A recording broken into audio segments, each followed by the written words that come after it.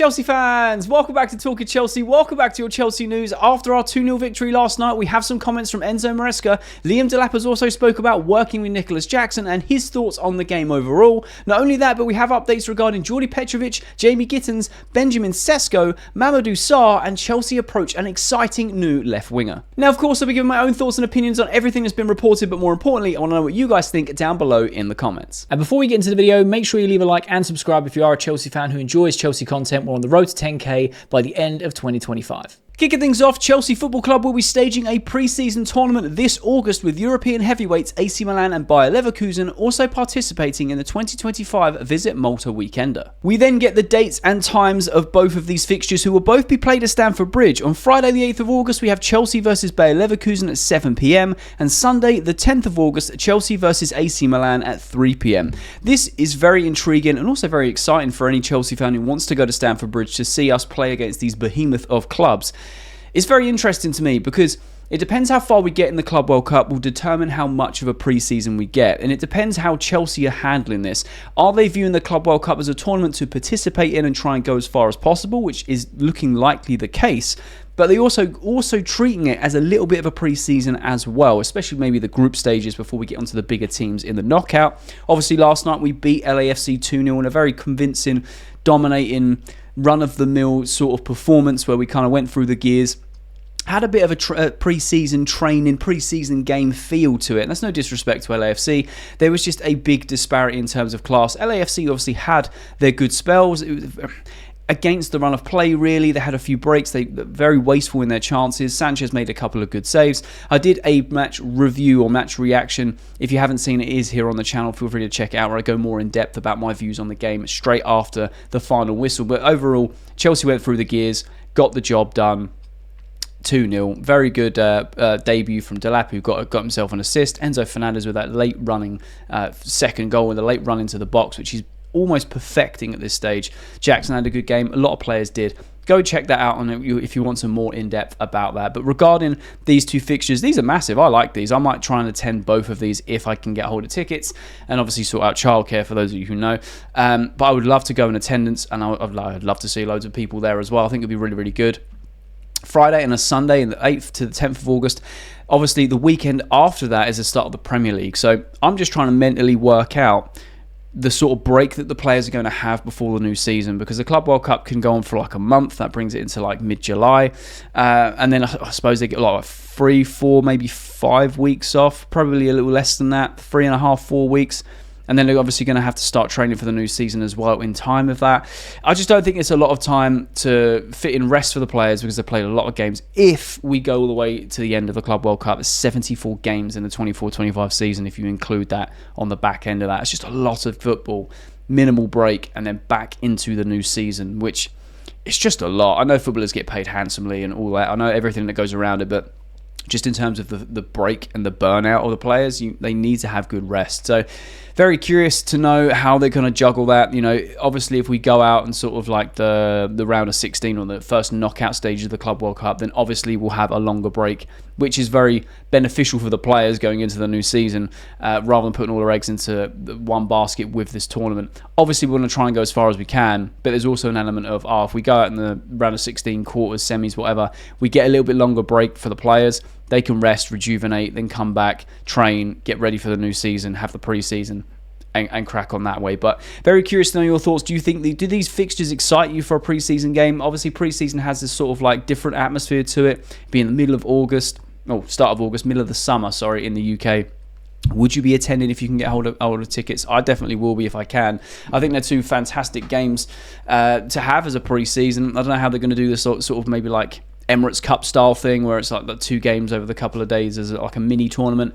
It'd be very interesting, but I thought it was worth sharing with you guys. Let me know your thoughts down below in the comments. Moving on to the post-match conference, there was a lot of things said by Maresca in terms of the team performance, the atmosphere, Liam Delap, etc. But we're going to kick it off with what Maresca said about the environment. He said the environment was strange. The stadium was almost empty and not full. This was so strange to see, right? Because the Mercedes-Benz Stadium holds 75,000 people, and I felt that there was 22,000 people in attendance for the Chelsea LFC game. And mate, it was just, I think for the consumer overseas watching, it just looked embarrassing. They couldn't fill the stadium. But there's a lot of caveats to it. It was a 3 p.m. Monday kickoff in the States. People are at work. FIFA obviously outpriced the fans for the longest time for tickets of this competition. You know, it was stupid money, and then they reduced it finally when they realised they weren't going to sell any tickets. That's a huge factor. But it was a weird environment. I mean, I was doing a live watch along, having a great time with the community, but just watching the game, and even people were saying, like, you know, I had people on the live watch along that were in the stadium, and they were saying, oh, it's great to watch Chelsea play in the flesh. It's, you know, it's a great opportunity, but there's just so many empty stands, not seats, stands. There was certain camera angles with a whole section of the stadium was just empty. And it was just quite strange and surreal to see. But obviously this is a brand new tournament. FIFA, I feel, have handled this poorly in terms of the marketing, in terms of the logistics of like when games are playing. They're treating it like a World Cup, but the difference is for a World Cup, the entire world is involved. This is a club World Cup with 32 teams around the world. It's very, very different. However, the Real Madrid game after did sell out. So there are variants. Again, the times, the teams playing, it makes a big difference. But I thought it was interesting that Maresca sort of mentioned this. I think obviously you can't really avoid it. They're going to be asking questions about it a lot. But let's move on to more of what Maresca said. Nizar Kinsella reported what Maresca said about Cole Palmer, and he said after the Conference League final, Cole said he was quite bored receiving the ball, but decided to do something different. I said to him, you could do that from the first minute. Why did you wait? We ask him to do that because we are happy that he does that. Cole is our best player, a top player. I find this very interesting because we know that Maresca is very regimented. He's a systematic manager with tactics, systems, and every player has their role. Cole Palmer isn't sort of like the exception to the rule, right? But going from what Maresca's saying here, it's like Cole Palmer has the license to do what Cole Palmer does. He's our best player. If you want to go do that, go do that. That's fine. And I feel like with every great manager with a great team, especially for Chelsea, you know, Antonio Conte, you know, Jose Mourinho, any other sort of title-winning manager or club-winning manager at Chelsea, you find that there's always exceptions to the rule. So I think Jose Mourinho said once, I think it was the 14-15 season that we won the league, and he was basically saying that Hazard didn't train, so everyone else had to pick up the slack. Right? Hazard was amazing. Give him the ball, he'll be the game changer. But because of that, you know, him not tracking back, him not, you know, being relatively lazy in training, which is well documented, the rest of the players had to pick up the hard work to make sure that he was able to do that. It might have been Conte. He was one of the two. But I just remember briefly about this interview about, like, you know, give him the ball, he changes the game. Pretty sure it was Mourinho who was talking about it. Now, I'm not saying that Cole Palmer is lazy. I'm not saying that for 1 second. I feel like it's a very similar sentiment where Maresca's like, everyone has their roles. Palmer still has a role. But if you want to go do what you want to do in the game, that's what you're good at. You are our best player. Go and do those things. So it's very interesting to hear that. It's also very reassuring for Chelsea fans because, you know, it kind of splits the fan base in terms of, is Cole Palmer sort of suffocated in that 10 role? Is he better on the right-hand side?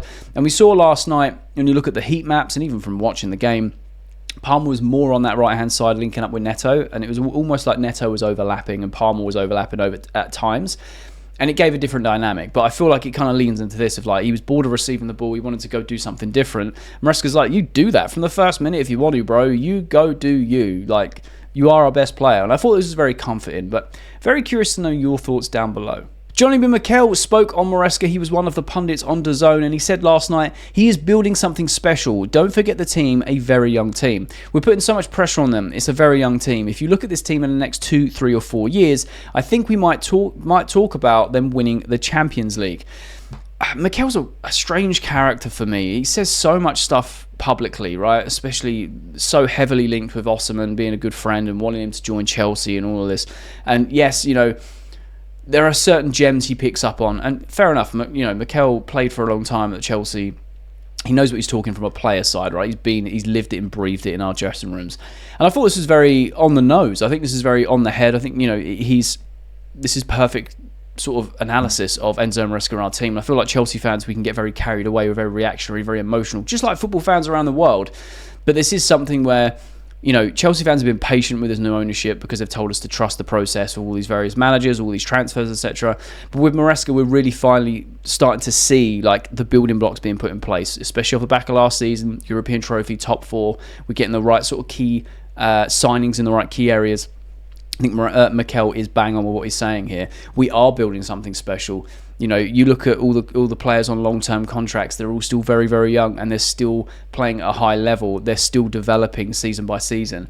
Now, obviously, the whole 2, 3, 4 years we talk about them winning the Champions League, obviously, we don't want to wait. We want to win trophies, we want to win silverware, and I feel like this Chelsea team is more than capable of doing that. We've proven it with the Conference League. Yes, it might be a lesser competition in compared to what we want to be competing for, but it proves that this very young team can get it over the line when it matters. Same with qualifying with the top 4. We went into that death run. We got more points than was expected, let's be honest, right? So I think Mikel was very spot on with what he's saying here. We are building something. They are very young. We shouldn't be putting too much pressure on them. However, we do want to see progress from this season from last season. So I feel like the Club World Cup is a good qualifier in terms of where we're at right now, in terms of how we progressed from the start of last season with Maresca to right where we are right now, and then we go into next season with a little bit more of a vision and more of the understanding the expectations of what we can deliver going into the Premier League season next year. So I just thought this was very interesting, because usually Mikel's like, oh, we want Osimhen, and Chelsea made a mistake and Osimhen's coming, blah, blah, blah. But this was more on Maresca. I'm pretty sure he spoke about Victor Osimhen, saying, he wishes well for Delap, but, the fans wanted Osimhen. And again, we get it, but this guy doesn't really ever stop talking about the Victor Osimhen thing. And if I'm being honest, I feel like Chelsea fans are just fatigued and burnt out with the whole Osimhen to Chelsea stuff, if I'm being honest. And most of it's come from Mikel, and I get it. He's a close friend, but in this particular instance, talking about Maresca and the side that we're building, I do think he's spot on, but I would love to know your thoughts down below. Liam Delap also spoke about working with Nicolas Jackson, and he said it's always healthy to have competition, it's football, and this is an incredible club. I cannot get over how impressed I was by Liam Delap last night, and he only played limited minutes. And again, I don't want to get carried away, and I don't want to be too reactionary. I've had a night to sleep on it, and even when I got up this morning, I was thinking about it, I was like, Delap's the real deal. Like, he only played limited minutes, but the runs he makes, he's powerful, he's quick. Like, the assist he got is very instinctual. It's very striker instincts. Obviously, he wants to score goals. We know that. But the other thing I thought about is Jackson played a lot better in that first half. And we know what Jackson can bring to the table, but I feel there's now an element of competition where he's thinking, if I don't perform, I won't play. And I think for Delap, it's great. He's coming in hungry and he wants to play. So it's this real nice balance of healthy competition at the very early stage of their sort of career of being teammates. And I think it's only going to make both players better, and ultimately the team better, because they'll both start delivering goals and assists for the team. So I thought this was very interesting. Obviously, Delap's not going to come out and say, hey, you're never going to play again. I'm going to play all the minutes. But, it was just nice to see that. But Delap also had one more thing to say. When he was speaking about his assist, he said, it's really important to help the team, but I want to score some as well. And again, this is very important. It's all about language here. He's like, I'm a striker, I want to score goals. I'm bought to score goals, I want to do that. The assist was lovely. It's great. It helps the team. Awesome. But I want to score goals. And I just love this mentality, because it's all he knows. As a natural finisher, as a striker, an out-and-out 9, you just want to score goals. You just want to score goals. And what I found very interesting about his assist, and the assist he could have got previously, where he did a similar sort of run, Palmer slips him through on that channel, and he carves out a little chance, cuts it back for Enzo that was blocked by the defender. Could have been 2 assists, right? But the one thing I really liked about that is he didn't try and shoot from a difficult angle just for the sake of, I need to score goals. He's also thinking about the team.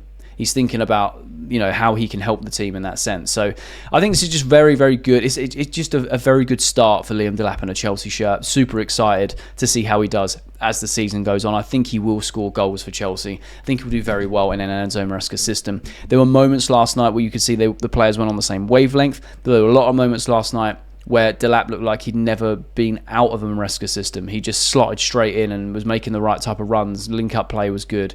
And he was just, just being a nuisance. And I feel like for someone like Cole Palmer, he's going to be putting Liam Delap through and have given him chances on a plate a lot this season. But I'm curious to know your thoughts about Liam Delap's debut last night. Was you impressed? Was you not impressed? Are you still waiting for a final verdict? Are you excited to see him play at more games? Do you feel like he will start the next Club World Cup game? Let me know your comments down below. Maresca then spoke about Liam Delap, and he said, I'm absolutely happy with Delap's performance. The good thing with him is he understands the way we play, so the process is quick. Good also for Asugo. Asugo played very well when he came on. I feel like everyone that came on the pitch yesterday, even Gusto, we know his form just fell off a cliff under Enzo Maresca, right? We know that. He still had some good moments. It wasn't outstanding last night. I think he had an okay half, but it was better than what we've seen previously or recently. from Gusto. But everyone else, Asuga, I think, played very, very well for the limited minutes he had. Obviously, Delap got the assist. I think he played fantastic. And Maresca's acknowledging that. He's basically saying, look, he knows how we play, so he slops straight in. The process is super quick. And that, again, that's fantastic for us Chelsea fans, because we haven't got to wait too much longer for this whole...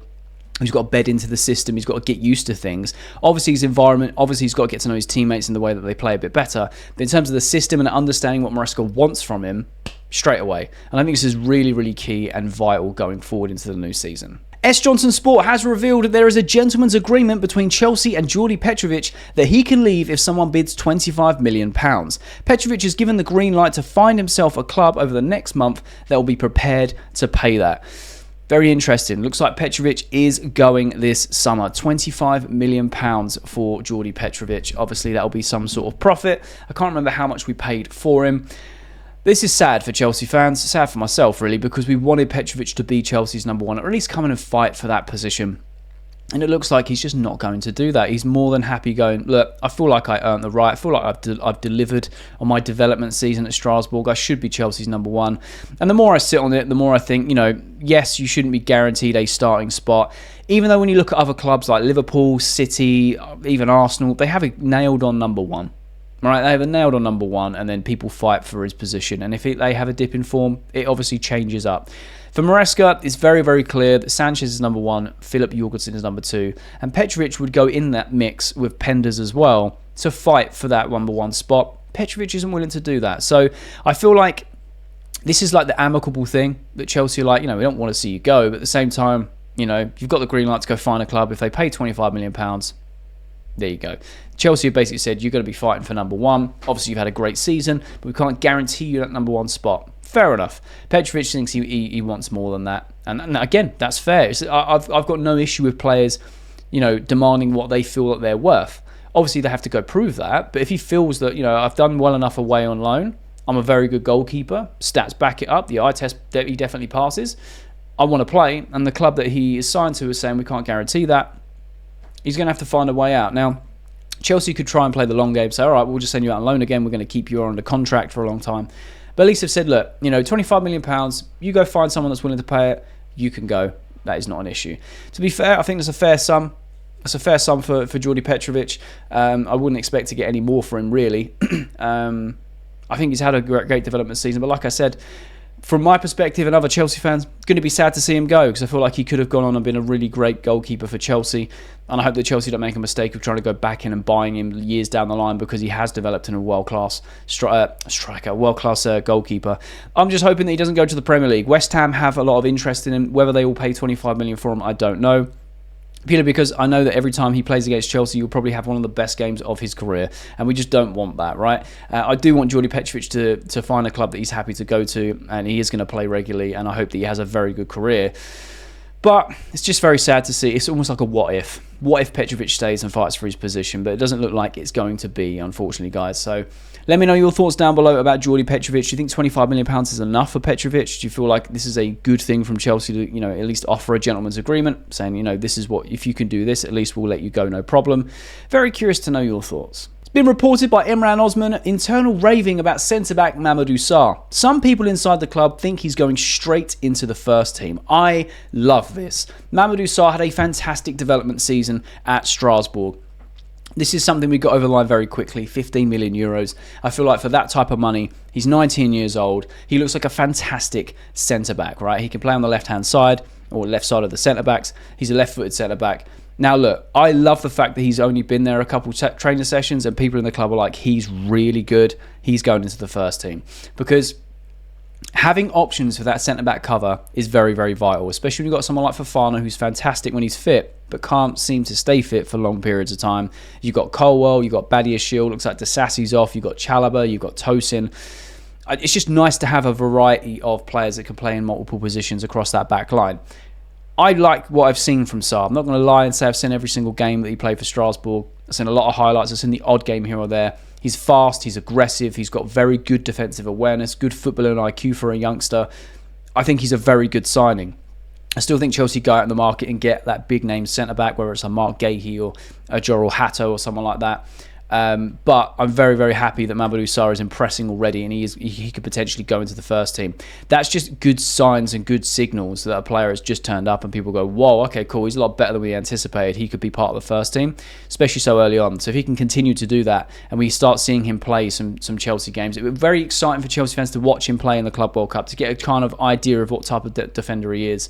Because again, Chelsea seem to have a knack of picking up these youngsters, have a lot of talent, a lot of potential for cheap and for long contracts. And if Sarr is one of those players that seem to have fast-tracked that whole experience by age thing, that would be incredible, because he can slot in and just give us a very vital rotation of our defensive line as and when needed. So I'm very excited to hear that. It's very good news for a new signing to come in and impress straight away. But if people think he's going to go straight into the first team, then maybe Chelsea reevaluate what their initial plans were. Obviously, we did buy him, so I'm assuming that we weren't buying him to loan him out. It was going to be intentional to have him part of that first team. But if he's impressing, that's really, really good. I'd love to know your thoughts down below about Mamadou Sarr. Have you watched him play? Have you seen his highlights? What are your thoughts? Do you feel like he can go into that first team? Think he has a place in that first team? Let me know in the comments. S. Johnson Sport has also reported that Benjamin Sesko has been removed from Chelsea's wish list once they signed Liam Delap for £30 million. His playing style is seen to be similar to Delap's, so he is no longer needed. I think this is a very smart move from Chelsea. I'm actually quite glad we didn't really pursue Benjamin Sesko as far as someone like Arsenal or other clubs.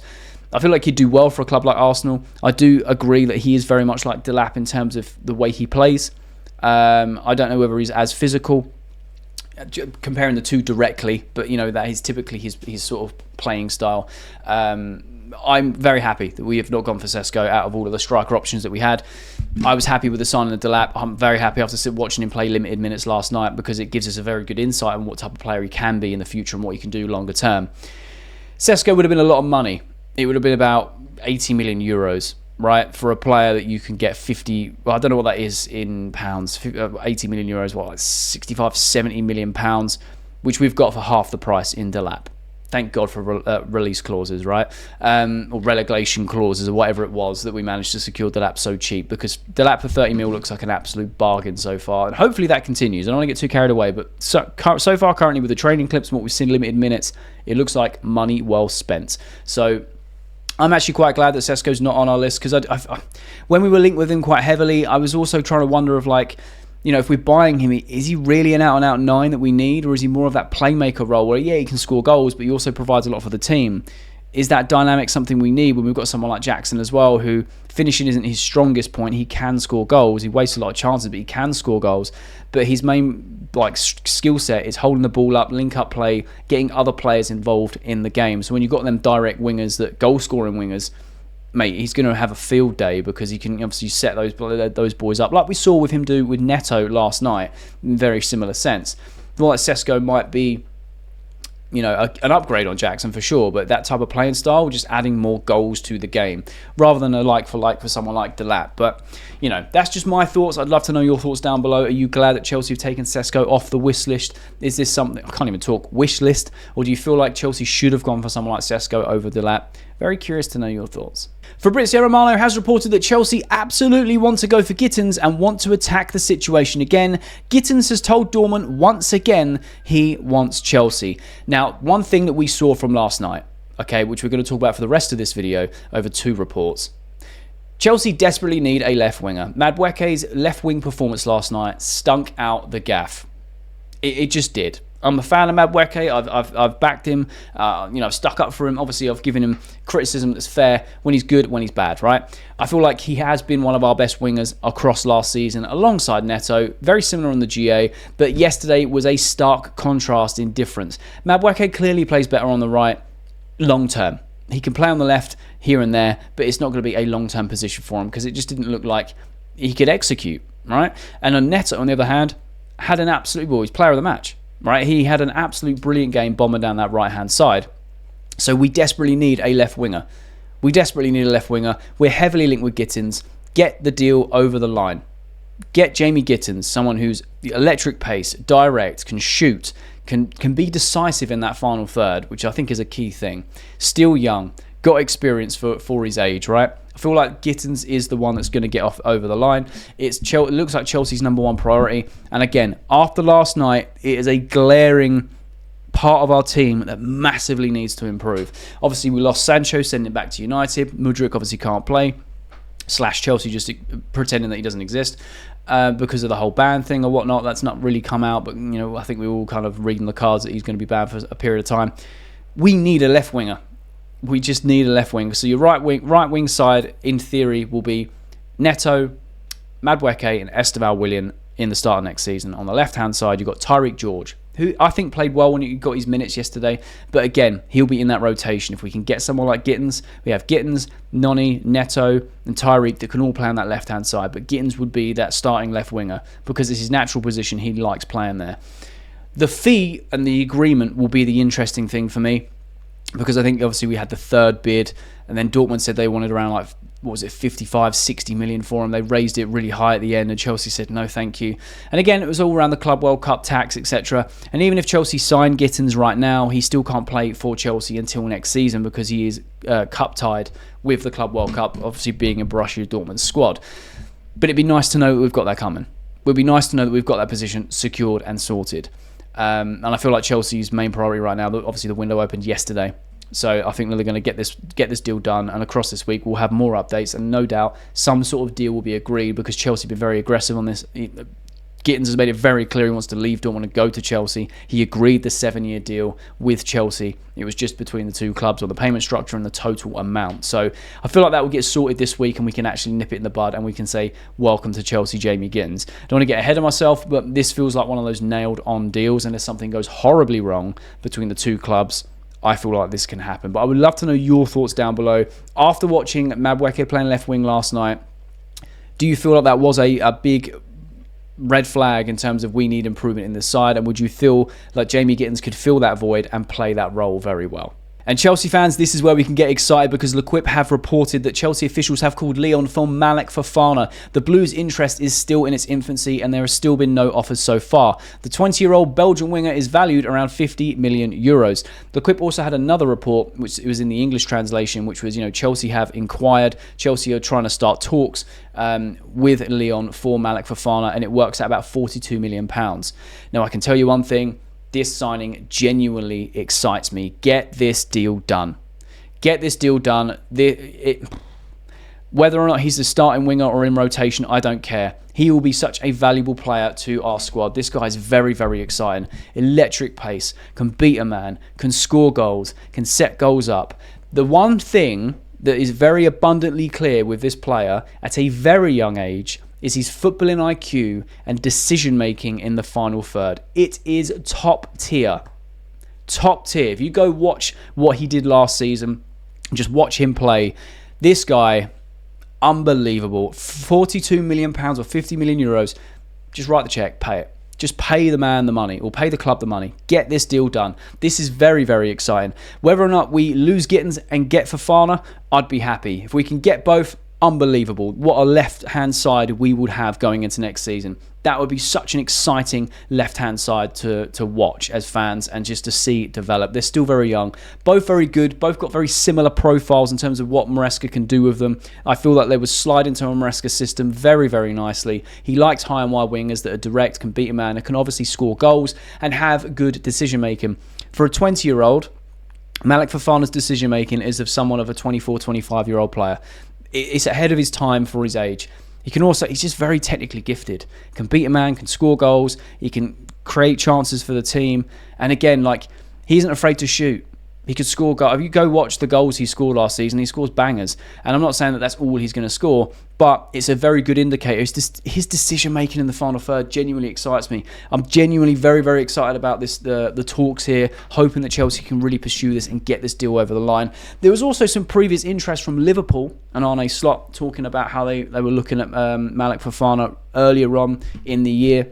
I didn't really go down that rabbit hole too much, but I did notice that they were also sniffing around and asking questions about how we can get that deal done. But I'm hoping that Chelsea can come in, spend the money, whether or not we value him at 42 million or not, but go in and get this deal done because he is exciting, he is frightening. And I don't know if we sign anyone we can bring them to the Club World Cup during it. I don't think you can because obviously you've registered a certain amount of players, so maybe not. But either way, it'd be so nice knowing that our left-hand side is sorted with either Gittens or Fofana, or in an ideal world, both of them on the left-hand side. That would be unbelievable business for Chelsea, and our wide areas will be sorted for years to come.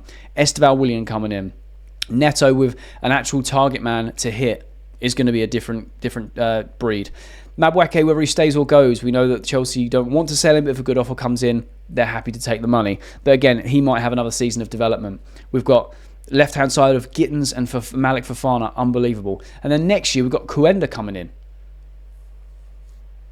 What an exciting time to be a Chelsea fan, especially in the wide areas. I feel like our team is going to be stacked and sorted for the seasons to come.